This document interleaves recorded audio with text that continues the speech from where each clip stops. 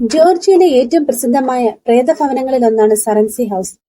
Allen Powell സറൻസി എന്ന ധനികനായ തടിമിൽ operator സറൻസി പട്ടണത്തിൽ നിർമ്മിച്ചതാണ് ഈ വീട്. 1904 ചാർട്ടേഡ് ചെയ്യപ്പെട്ട ഈ പട്ടണം അലൻ പവൽ സറൻസി തന്നെയാണ് നിർമ്മിച്ചത്. ഈ പട്ടണം സവന്നയിൽ നിന്ന് ഏകദേശം 9 മൈൽ തെക്ക് പടിഞ്ഞാറായാണ് സ്ഥിതി ചെയ്തിരുന്നത്. അലൻ പവൽ സറൻസിയും അദ്ദേഹത്തിന്റെ ഭാര്യ വെൽത്തിയും 8 കുട്ടികളും അടങ്ങുന്ന കുടുംബമായിരുന്നു ആ വീട്ടിൽ താമസിച്ചിരുന്നത്. 20 വർഷത്തോളം കുഴപ്പങ്ങളൊന്നുമില്ലാതെ താമസിച്ച വീട്ടിൽ പെട്ടെന്നൊരു ദിവസം മുതൽ ഭയാനകമായ പ്രശ്നങ്ങൾ നടക്കാൻ തുടങ്ങി.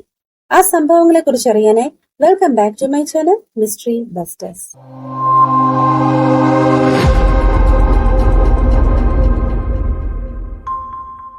1872 നവംബർ 17 അലന്റെ മകൾ ക്ലെമന്റൈൻ ഒരു രാത്രിയിൽ അവരുടെ വീടിന്റെ മുൻവശത്ത് നിന്നുകൊണ്ട് ട്രെയിൻ വരുന്നത് നോക്കി നിൽക്കുമ്പോൾ പെട്ടെന്ന് ഇരുട്ടത്ത് നിന്ന് പുരുഷന്റെ രൂപത്തിലുള്ള ഒരു നിഴൽ രൂപം തന്റെ നേരെ നടന്നു വരുന്നത് കണ്ട് അത് ആരാണെന്ന് പോലും നോക്കാതെ അവൾ തിരികെ വീട്ടിലേക്ക് നടന്നു.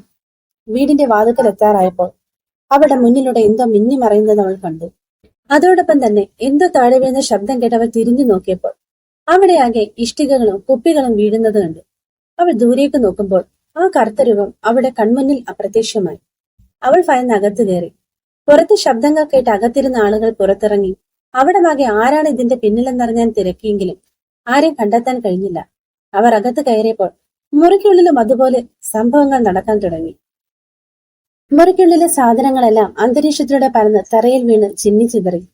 ഇത് കണ്ട് അവരെല്ലാം ഭയത്തോടെ മുറിയിൽ പതുങ്ങി നിന്നു. കുറെ കഴിഞ്ഞ് അവിടെയെല്ലാം ശാന്തമായി. ജോലി കഴിഞ്ഞ് വീട്ടിലെത്തിയ അലനോട് ഭാര്യയും മകളും നടന്നതെല്ലാം പറഞ്ഞു. ഇത് കേട്ട് അയാൾ ഇതൊക്കെ എന്താണ് സംഭവിക്കുന്നതെന്നറിയാതെ ആകെ വിഷമത്തിലായി. തുടർന്നും ആ വീട്ടിൽ വിചിത്രമായ സംഭവങ്ങൾ നടക്കാൻ തുടങ്ങി. കസേരകളും ഷൂസുകളും വസ്ത്രങ്ങളും എന്നു വേണ്ട വീട്ടിലെ സകലമാന വസ്തുക്കളും അന്തരീക്ഷത്തിൽ പറന്നു നടക്കുമായിരുന്നു.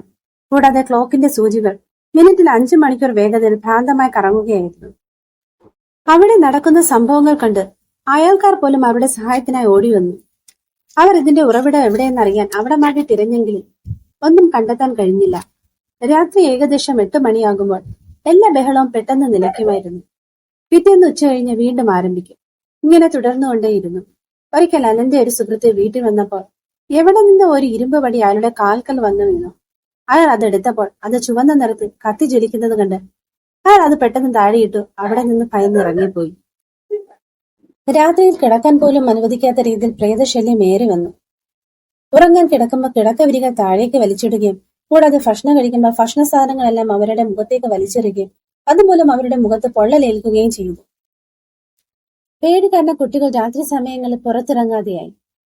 രാത്രിയിൽ പുറത്തിറങ്ങുമ്പോൾ ചുവന്ന കണ്ണുകൾ തങ്ങളെ നോക്കുന്നതായി അവർ അവകാശപ്പെട്ടു. ഒരു ചെറിയ പട്ടണമായതിനാൽ ഈ വീട്ടിൽ നടന്ന സംഭവമല്ല എല്ലായിടത്തും വാർത്തയായി. അതിനെപ്പറ്റി അന്വേഷണങ്ങൾ ആരംഭിച്ചു. ഒരിക്കൽ പ്രേതബാധയെക്കുറിച്ച് അലൻ ഒരു സവന്ന പത്രത്തിൽ വിശദമായി എഴുതി. ഇത് പൊതുജനങ്ങൾക്ക് ഈ സംഭവത്തിനോടുള്ള താല്പര്യം വർദ്ധിച്ചു. ഇതിനെപ്പറ്റി നേരിട്ട് കണ്ടറിയാൻ ഇംഗ്ലണ്ടിൽ നിന്നും കാനഡയിൽ നിന്നുമെല്ലാം സന്ദർശകർ ആ വീട്ടിൽ വരാൻ തുടങ്ങി. ഒരു ദിവസം കുറച്ച് അതിഥികൾ വീട് സന്ദർശിച്ചു. അവർ വീട്ടിലെ ഓരോ വസ്തു സസൂക്ഷ്മം നിരീക്ഷിച്ചു കൊണ്ടിരുന്നപ്പോൾ അവിടെ വെച്ചിരുന്നൊരു കണ്ണാടി അവരുടെ കൺമുന്നിൽ തന്നെ തറയിൽ വീണ് ചിന്നിച്ചിതറിപ്പോയി. ഇത് കണ്ട് ഇത്രയും സൂക്ഷ്മമായി നിരീക്ഷിച്ചിട്ടും ഇതെങ്ങനെ സംഭവിച്ചെന്ന് അവർക്ക് മനസ്സിലാക്കാൻ കഴിഞ്ഞില്ല. ഒരു ദിവസം ഇതുപോലെ കുറച്ച് സന്ദർശകർ മുറിയിലിരിക്കുമ്പോൾ ഒരു വലിയ പന്നി മുൻവാതിലിലൂടെ അവരുടെ മുന്നിലേക്ക് വരികയും കുറെ നേരം അവരെ തന്നെ നോക്കി നിന്ന ശേഷം മറ്റൊരു മുറിയിലേക്ക് പോയി. ഇത് കണ്ട സന്ദർശകർ അതിനെ പിന്തുടർന്ന് ചെന്നപ്പോൾ ആ മുറിയിൽ കയറിയ പന്നി അവരുടെ കൺമുന്നിൽ തന്നെ അപ്രത്യക്ഷമായി. ഇതുപോലെ പല മൃഗങ്ങളും അവരുടെ വീട്ടിൽ വന്നുപോയി. അവിടെ എത്തിയ പല സന്ദർശകർക്കും ഇതുപോലുള്ള അനുഭവങ്ങൾ ഉണ്ടാവുകയും ചെയ്തു. ചില രാത്രികളിൽ ആ വീട്ടിലെ മുറികളിൽ നിന്ന് നിലവിളികളും ശരീരമില്ലാത്ത ശബ്ദങ്ങളും കേൾക്കാമായിരുന്നു. ഇതിനെല്ലാം തുടർന്ന് മിസ്സിസ് സറൻസി വളരെ നിരാശയിലായി. ഒടുവിൽ ഭർത്താവിന്റെയും സുഹൃത്തുക്കളുടെ ഉപദേശപ്രകാരം അവരും മകൾ ക്ലെമന്റൈനും 2 മൈൽ അകലെയുള്ള കുടുംബ സുഹൃത്തായ പാലേഴ്സന്റെ വീട്ടിലേക്ക് പോയി. എന്നാൽ അവിടെ ചെന്നപ്പോൾ ആ വീട്ടിൽ സമാനമായ സംഭവങ്ങൾ നടക്കാൻ തുടങ്ങി. അവിടുത്തെ വസ്തുക്കൾ നശിപ്പിക്കുന്നത് കാണാൻ ആഗ്രഹിക്കാത്ത മിസ്സിസ് സറൻസി തന്റെ വീട്ടിലേക്ക് മടങ്ങി വന്നു. പക്ഷെ അവരുടെ മകൾ ക്ലെമന്റൈൻ പാലേഴ്സിന്റെ കൂടെ അവിടെ തന്നെ നിന്നു.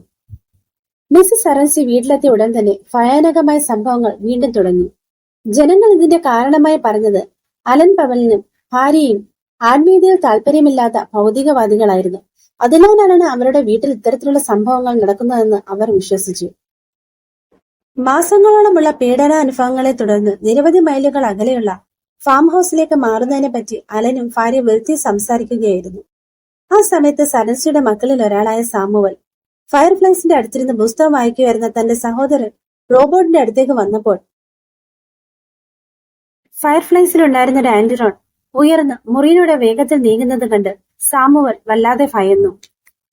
അത് പറന്നു വന്ന് റോബോട്ടിന്റെ തലയിൽ വന്നിടിച്ചു. തലപൊട്ടി രക്തമൊഴുകാൻ തുടങ്ങി. റോബോട്ട് ചാടി എഴുന്നേറ്റു. ഇത് കണ്ട് സാമുവൽ ആന്റിറോൺ പിടിച്ചു നിർത്താൻ നോക്കി. പക്ഷേ ആന്റിറോൺ അവന്റെ കയ്യിൽ നിന്ന് കുതറി മാറി. ഇത് കണ്ട് റോബോട്ട് ആ മുറിയിൽ നിന്ന് ഇറങ്ങിയോടി. ആന്റിറോൺ അവന്റെ പിന്നാലെ ചെന്ന് അവനെ വീണ്ടും വീണ്ടും അടിക്കാൻ തുടങ്ങി. അവൻ അബോധാവസ്ഥയിലായെന്ന് കണ്ടപ്പോൾ അത് വീണ്ടും പഴയ സ്ഥലത്ത് തന്നെ വന്നിരുന്നു. കൂടാതെ അക്രമകാരികളായ പ്രേതാത്മാക്കൾ ഏറ്റവും കൂടുതൽ ഉപദ്രവിച്ചത് അലന്റെ മകളായ ഒരു പെൺകുട്ടിയായിരുന്നു. അവൾ രാത്രി ഉറങ്ങാൻ കിടക്കുമ്പോൾ മുടി പിടിച്ച് വലിക്കുകയും അവളെ കട്ടിലിൽ നിന്ന് വലിച്ചു താഴെയിടുകയും ചെയ്തു. പ്രേതാത്മാക്കളുടെ നിരന്തരമായ ഉപദ്രവം മൂലം പെൺകുട്ടി കൂടുതൽ ക്ഷീണിതയും ദുർബലയുമായി തീർന്നു. ഇതിനെ തുടർന്ന് അലൻ അവിടുത്തെ ജീവിതം മതിയാക്കാൻ തീരുമാനിക്കുകയും അടുത്ത ദിവസം തന്നെ വസ്ത്രങ്ങൾ മാത്രം എടുത്ത് അവരുടെ രണ്ടാമത്തെ വീട്ടിലേക്ക് പോയി. ഒരാഴ്ചയോളം അവിടെ സമാധാനമായി കഴിഞ്ഞു. പിന്നീട് അവരുടെ രക്ഷപ്പെടലിൽ ദേഷ്യത്തിലായ പ്രേതാത്മാക്കൾ അവരെ കൂടുതൽ ശക്തിയോടെ ഉപദ്രവിക്കാൻ തുടങ്ങി. 1877 അലൻ പവൽ മരിക്കുന്നതുവരെ ഇത് തുടർന്നുകൊണ്ടേയിരുന്നു. പക്ഷേ അദ്ദേഹത്തിന്റെ മരണശേഷം എല്ലാം ശാന്തമായി. ഒരുപാട് വർഷം വരെ സറൻസി ഹൗസ് വിജനമായി തന്നെ കിടന്നു. പക്ഷേ 1925 ഒരു ഞായറാഴ്ച പുലർച്ചെ സറൻസി ഹൗസ് നിഗൂഢമായി അഗ്നിക്കിരയായി കത്തി നശിച്ചു. കാലം സറൻസി ഹൗസിന്റെ അസ്തിത്വം തന്നെ നശിപ്പിച്ചെങ്കിലും ഇന്നും അവിടെ പ്രേതാത്മാക്കളുടെ സാന്നിധ്യമുണ്ടെന്ന് എല്ലാവരും വിശ്വസിക്കുന്നു.